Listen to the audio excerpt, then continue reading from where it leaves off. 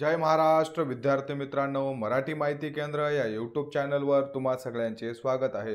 तुमच्यासाठी खूप आनंदाची बातमी आहे। जर तुम्ही आरोग्य विभाग 2023 मध्ये जर एग्जाम दिली असेल तर तुमच्यासाठी खूप महत्त्वाची बातमी आहे। तुम्ही हा व्हिडिओ शेवटपर्यंत पहा। जर तुम्ही वेटिंग लिस्टवर असाल किंवा तुम्ही 2023 मध्ये आरोग्य विभागाची जर भरती दिली असेल तर तुमच्यासाठी खूप महत्त्वाचा विषय आहे। खूप इम्पॉर्टंट माहिती सांगणार आहे मी, त्यामुळे तुम्ही व्हिडिओ शेवटपर्यंत नक्की बघा। विद्यार्थी मित्रांनो, आरोग्य विभागामध्ये ग्रुप क आणि ग्रुप ड ची पदभरती झाली होती आणि त्यामध्ये पदभरतीनंतर बऱ्याच विद्यार्थ्यांच्या लिस्ट लागून त्यांना DV करून घेऊन नियुक्त्या देण्यात आलेल्या आहेत। आचारसंहिता लागल्यामुळे मध्ये 1 महिना सगळे प्रोसेस बंद होते आणि आता आचारसंहिता संपल्याच्या नंतर लगेचच जे पुढील वेटिंग लिस्ट आहेत आणि त्याचबरोबर एक्स सर्व्हिसमॅनच्या ज्या काही जागा आहेत त्या जागा कन्वर्ट करून तिथं तुम्हाला DV करून घेऊन नियुक्ती देण्यात येत आहेत आणि त्याबद्दल आता वेटिंग लिस्ट आणि एक्स सर्व्हिसमॅनच्या कन्वर्ट होऊन जागा तिथले निकाल लागायला सुरुवात झालेली आहे। 25 नोव्हेंबर रोजी एक निकाल लागलेला आहे आणि त्याच निकालाविषयी आपण माहिती पूर्ण डिटेल्समध्ये पाहणार आहोत। खूप कमी कट ऑफ लागत आहे, कशा पद्धतीने रिझल्ट लागत आहेत, वेटिंग लिस्ट कशा पद्धतीने लागत आहे, त्याचबरोबर एक सर्व्हिसमॅनच्या जागा कशा पद्धतीने कन्वर्ट होत आहेत, त्यानंतर तुमचं DV कशा पद्धतीने केलं जाणार आहे, तुम्हाला डॉक्युमेंट्स कोणते कोणते न्यायचे आहेत, कशा पद्धतीने DV केलं जाईल, DVत कोणते डॉक्युमेंट्स पाहिले जातील, या सगळ्यांविषयी आपण माहिती पाहणार आहोत। विद्यार्थी मित्रांनो, खूप विद्यार्थी प्रश्न विचारत आहेत की सर रिझल्ट कुठे लागत आहे, तर सार्वजनिक आरोग्य विभाग किंवा NRHM यांच्या ऑफिशियल साईटवरती अजून तरी एकही रिझल्ट प्रसिद्ध झालेला नाहीये। जे विद्यार्थी वेटिंगवर आहेत त्यांना डायरेक्टली मेलवरती अशा पद्धतीने रिझल्ट येत आहेत। त्यामुळे तुम्ही जर वेटिंगला असाल तर तुम्ही तुमचे मेल चेक करत राहा आणि तुमचे फोनसुद्धा चालू ठेवा। तुम्हाला कॉल आणि मेलद्वारे हे जे रिझल्ट आहेत ते सध्या तरी पाठवणं सुरुवात आहे। लवकरच 27-28 तारखेला ऑफिशियली साईटवर सुद्धा हे रिझल्ट दिसू शकतात। तर बघा, याचा विषय काय आहे, गट क पदभरती समुपदेशनासाठी उपस्थित राहावे म्हणून असे मेल येत आहेत आणि हे जे मेल आहेत ते आधी परिचारिका स्टाफ नर्स या पदासाठी आलेले आहेत। जे नागपूर मंडळ आहे या नागपूर मंडळामध्ये 5वी प्रतीक्षा यादी आणि त्याचबरोबर एक सर्व्हिसमॅनच्या कन्वर्ट होऊन जागा ही पदभरती होणार आहे आणि त्यासाठी ही माहिती त्यांनी दिलेली आहे। 28 नोव्हेंबर 2024 रोजी सकाळी 9 वाजता त्यांनी डॉक्युमेंट व्हेरिफिकेशनसाठी बोलवलं आहे आणि त्याचबरोबर गैरहजर राहिलेल्या उमेदवारांना दुसरी संधी 2 डिसेंबर 2024 रोजी देण्यात येणार आहे। बघा, खूप लवकर प्रोसेस होत आहे। जर पहिल्यांदा बोलून विद्यार्थी नाही आला तर त्याला दुसऱ्यांदा आणि तिसऱ्यांदा 3 वेळा बोलवलं जातं आणि तिन्ही वेळेस तो नाही आला तर त्याचं समुपदेशन कॅन्सल करून त्याच्या पुढील जो वेटिंगला आहे त्या विद्यार्थ्याला बोलवलं जातं आणि त्यामध्ये खूप पहिल्यांदा बोलवल्यानंतर दुसऱ्यांदा जवळपास 21 दिवसाच्या नंतर आणि तिथून पुढे तिसऱ्यांदा 21 दिवसाच्या नंतर बोलवलं जातं। या दिवसामध्ये कमीत कमी 2-2.5-3 महिने वाया जातात। ती प्रोसेस लवकर व्हावी म्हणून यांनी सगळी प्रोसेस दिलेली आहे। पहिल्यांदा त्यांना बोलवणार आहेत 28 तारखेला।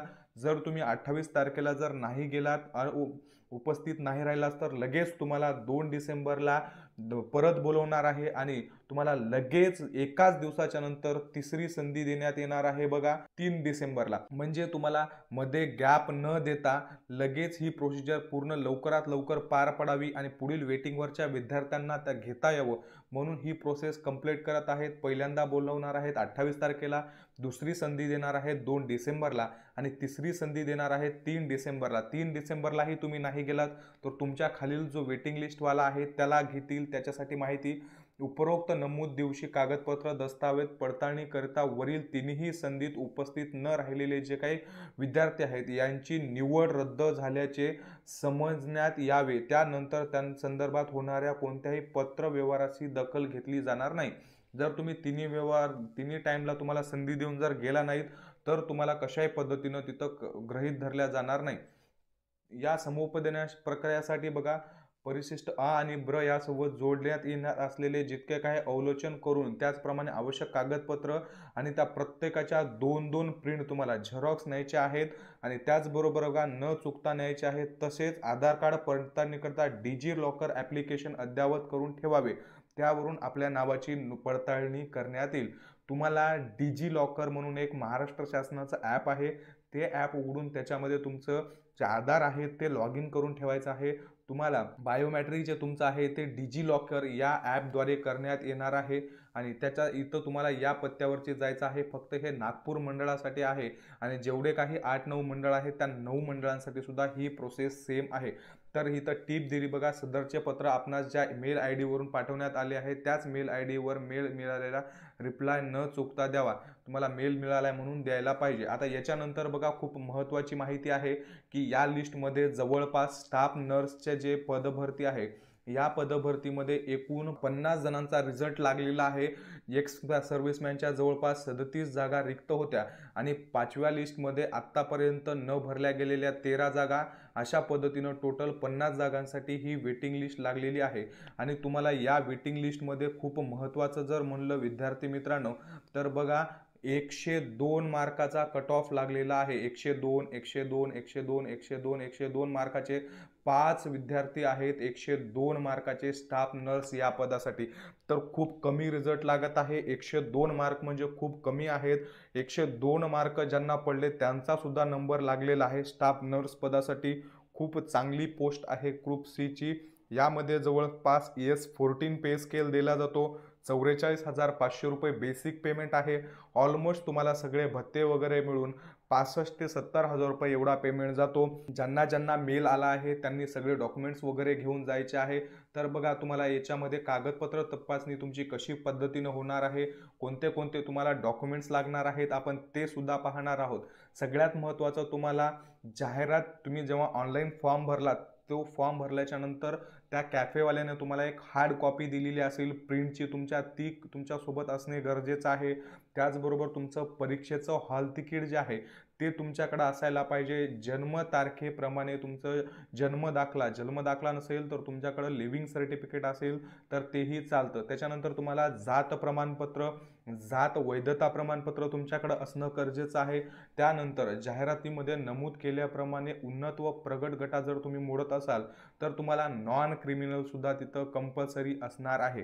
जर तुम्ही आदिवास प्रमाणपत्र, त्याचबरोबर तुमची शैक्षणिक अर्हता जितके काही असणार आहे त्याच्यामध्ये तुमचं HSC असो, पदवी असेल किंवा तुमचं एखादं डिप्लोमा असेल, तुम्हाला जे काही तुम्ही ज्या पदासाठी फॉर्म भरला आहे, आता फॉर एक्झाम्पल स्टाफ नर्ससाठी फॉर्म भरला असेल तर तुम्हाला तिथं BSc नर्सिंग क्वालिफिकेशन कंपल्सरी असणार आहे.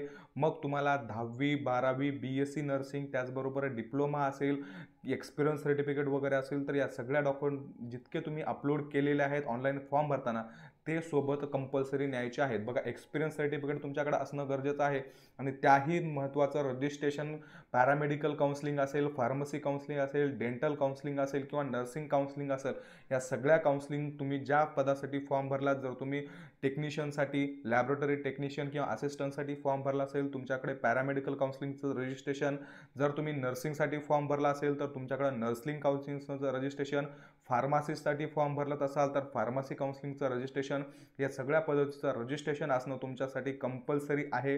तुम्हाला पहिल्यांदा ज्यांचं पहिल्या दुसऱ्या लिस्टमध्ये ज्यांचे नंबर लागले त्यांना 6 महिन्याचा वेळ दिलेला आहे, पण आता देतील का नाही माहिती नाही. गेल्याच्या नंतरच कळेल. तुमच्याकडे असेल तर तुम्ही नक्की घेऊन जा. त्यानंतर तुम्हाला मान्यता प्राप्त, जर तुम्हाला गरज असेल तुमच्या क्वालिफिकेशनसाठी MSCIT कंपल्सरी असेल तर ते सर्टिफिकेट तुम्हाला सोबत न्यायचं आहे. त्यानंतर महत्त्वाचं लहान कुटुंबाचं प्रमाणपत्र तुमच्याकडे असणं खूप गरजेचं आहे. स्मॉल फॅमिली सर्टिफिकेट, त्याचबरोबर तुम्हाला तुमचे स्वतःचे फोटो, आधार कार्ड सोबत असणं गरजेचं आहे. 2 पासपोर्ट साईज फॉर्म असणं गरजेचं आहे, फोटो तुमच्याकडं. आणि जर तुमच्या नावामध्ये बदल असेल तर त्याचं गॅजेटसुद्धा तुमच्याकडं असणं गरजेचं आहे. आधार कार्डचं बायोमेट्रिक होणार आहे त्यामुळं तुम्हाला ते सुद्धा गरजेचं आहे. उमेदवारांना द्यायचे हे प्रमाणपत्र आहेत. त्यानंतर बघा कार्यालयीन नोंदणीसाठी तुमच्याकडे काय काय असणं गरजेचं आहे त्याचा त्यांनी तपशील दिलेला आहे. आणि सगळ्यात प्रतिज्ञापत्र, हे जे काही प्रतिज्ञापत्र दिलेलं आहे हे तुम्हाला 100 रुपयाच्या बॉन्डवरती तिथं बॉन्डवरती नोटरी वगैरे करून सोबत न्यायचं असतं विद्यार्थी मित्रांनो. आणि हे उमेदवाराने द्यावीचे प्रमाणपत्र, हे अशा 2 पद्धतीचे जे प्रमाणपत्र आहेत, त्याचबरोबर हे प्रमाणपत्र आणि हमीपत्र हे सुद्धा तुम्हाला तिथं द्यायचं आहे. तुमचे काही डॉक्युमेंट्स वगैरे फर्जी नाहीत असा याच्यामध्ये उल्लेख असतो. विद्यार्थी मित्रांनो, 2-3 बॉन्डवरती हे सगळे फॉर्मॅट तुम्ही प्रिंट करून न्या. त्याचबरोबर एखादी 2 एक्स्ट्रा बॉन्ड तुमच्यासोबत असू द्या. जर तुमच्याकडे एखादं डॉक्युमेंट्स नसेल तर मी हे डॉक्युमेंट्स पुढील 6 महिन्यामध्ये पुरवेल असं हमीपत्र तुम्ही बॉन्डवर लिहून दिलात तर तुम्हाला तिथं घेतल्या जातं. तुम्हाला 6 महिन्याचा तिथं वेळ दिला जातो. त्यामुळं आपण सांगितलेले सगळे डॉक्युमेंट्स घेऊन जा. आणि तुम्हाला काही समजणं नसेल, काही समस्या असेल तर कमेंट बॉक्समध्ये नक्की विचारा. ज्या विद्यार्थी मित्रांचं 5व्या वेटिंग लिस्टमध्ये किंवा एक सर्व्हिसमॅनमधून कन्वर्ट जागेतून ज्यांची परत एकदा सिलेक्शन झालं आहे त्यांचं खूप खूप मनापासून अभिनंदन. आणि ज्या विद्यार्थ्यांचं झालं नाही त्या विद्यार्थ्यांना सुद्धा सांगून इच्छितो, लवकरच DMER आणि त्याचसोबत आरोग्य विभागाची पदभरती निघू शकते. खचून जाऊ नका. तुमच्या अभ्यासाला सुरुवात ठेवा. अभ्यास कंटिन्यू चालू ठेवा. आज न उद्या जाहिरात येणारच आहे. पण जर तुमचा अभ्यास कमी पडला तर कदाचित तुम्ही या भरतीमध्ये नंबर नाही लागला तर खूप मोठं नुकसान होऊ शकतं. त्यामुळं जाहिरात कधी येईल यापेक्षा तुमचा अभ्यास किती आहे, तुमचं प्रिपरेशन किती आहे यावरती फोकस करा. तुम्हाला दिलेली माहिती आवडली असेल तर व्हिडिओला लाईक करा, जास्तीत जास्त जणांसोबत शेअर करा आणि त्याचबरोबर आपलं टेलिग्राम चॅनल जॉईन करायला विसरू नका. व्हिडिओच्या डिस्क्रिप्शन बॉक्समध्ये इन्स्टा ID आहे, इन्स्टा जॉईन करा. धन्यवाद.